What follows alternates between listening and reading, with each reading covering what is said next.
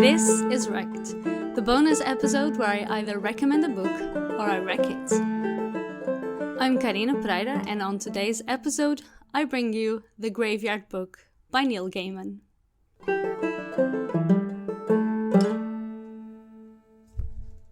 In the last few episodes, I have been bringing a lot of new books that came out either this year or last year, so more recent reads. But I have a lot of books that I read in the past that I would like to talk about and that I would like to give specific attention in one episode, and The Graveyard Book by Neil Gaiman is one of them.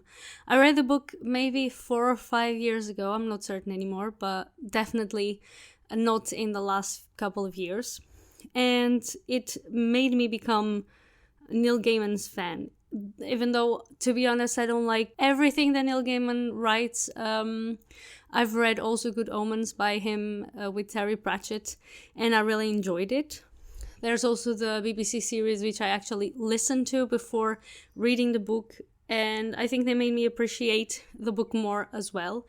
But there's this thing about Neil Gaiman. I either really like his books or I can't finish. Like, a lot of people love American Gods.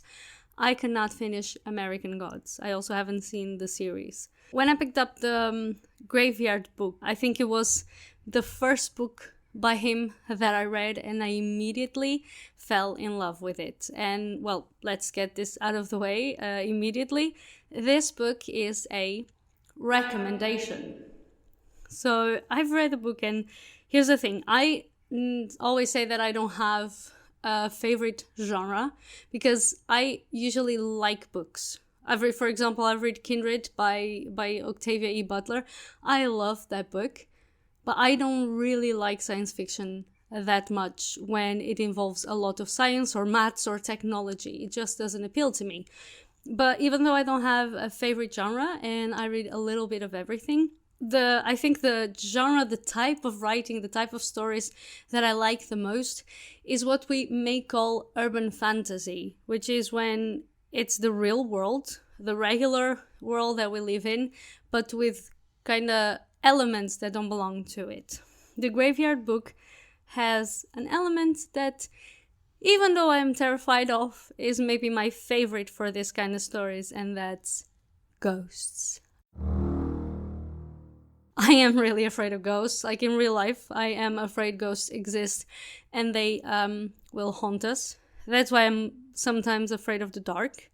It's because of ghosts. Gotta put it out there.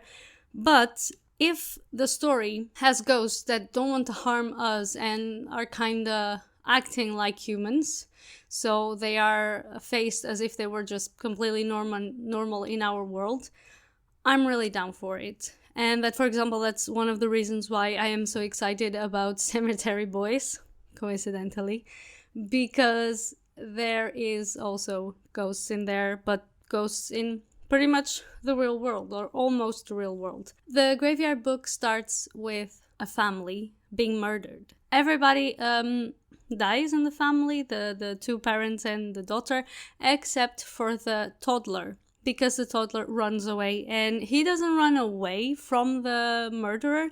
The door to the street is open and he simply escapes. It doesn't have any notion of what is happening in the house or the danger he is in, but he simply wakes up in the middle of the night. He gets out of his bed and the front door is open, so he starts going up the hill. And as he goes up the hill, he reaches the graveyard, and when he gets there, suddenly 2 ghosts show up in our story. And those ghosts, they find, curious that a toddler is just going up the hill and close to the cemetery in the middle of the night. And then they realize that there's someone after the baby, so they decide to take the baby. And the lady really wants to raise the baby and to keep the baby because they do realize what's going on and what happened, and that the baby's family is dead. So the graveyard has to come to a consensus about it, and eventually Bod, which becomes the name of the boy since nobody knows what's his name, so they call him Nobody, and short for nobody is Bod. the graveyard just decides that they are all going to raise the boy together and protect him from harm.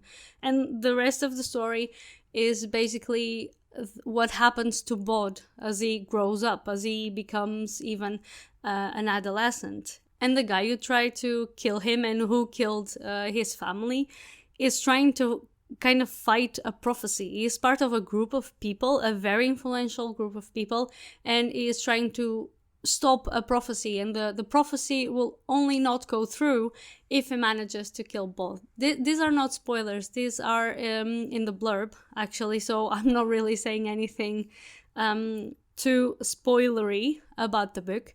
But it's a really interesting story, and I find it quite original, and I know many people don't like Neil Gaiman's stories or don't like Neil Gaiman's writing, thinks he needs more addition. But I truly enjoy the way he writes. And I actually read this book only once, the paperback edition, but I've listened to it loads and loads of times because I found a YouTube clip with Neil Gaiman reading the story to loads of people in a book talk, an event in some bookstore, where he reads it out loud. And it's another experience because the audiobook is really good. Of course, it's read by Neil Gaiman himself. But when he reads the story to the people in the bookstore, you can see people reacting to the story. You can hear how the characters are supposed to say the lines and how the story was imagined in his head.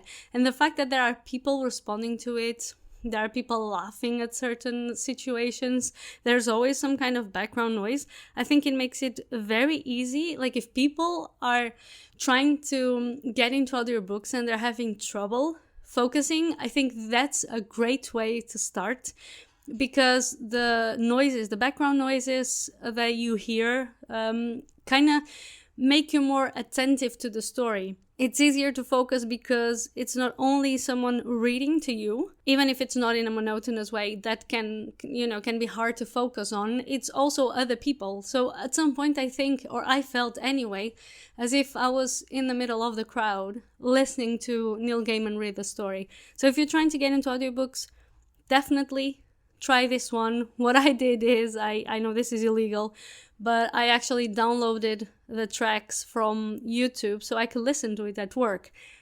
And I counted, and I started it over. Like I finished listening to the whole story once, and I started over again immediately at least 6 times. I counted 6 times, maybe it was more.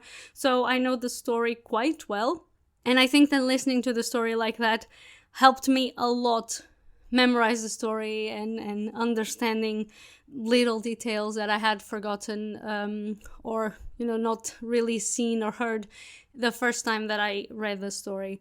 So this is a tip for all of you who are trying to get into audiobooks. And if you have the chance to get your hands on the Graveyard book, I really, really recommend it. It's one of my favorite books. It's on my favorite 5 list. And this was another bonus episode of Wrecked. I hope I have, in the last Wrecked episodes, inspired you to pick up good books or bad books so that you can form your own opinion. And hopefully, if you listen to any of the books I haven't liked, you come to Instagram to have a chat about them. I will be coming back in 2 weeks, Monday, with another main episode. You can find all of my social media on linktree/Karina Pereira, and I'll talk to you then.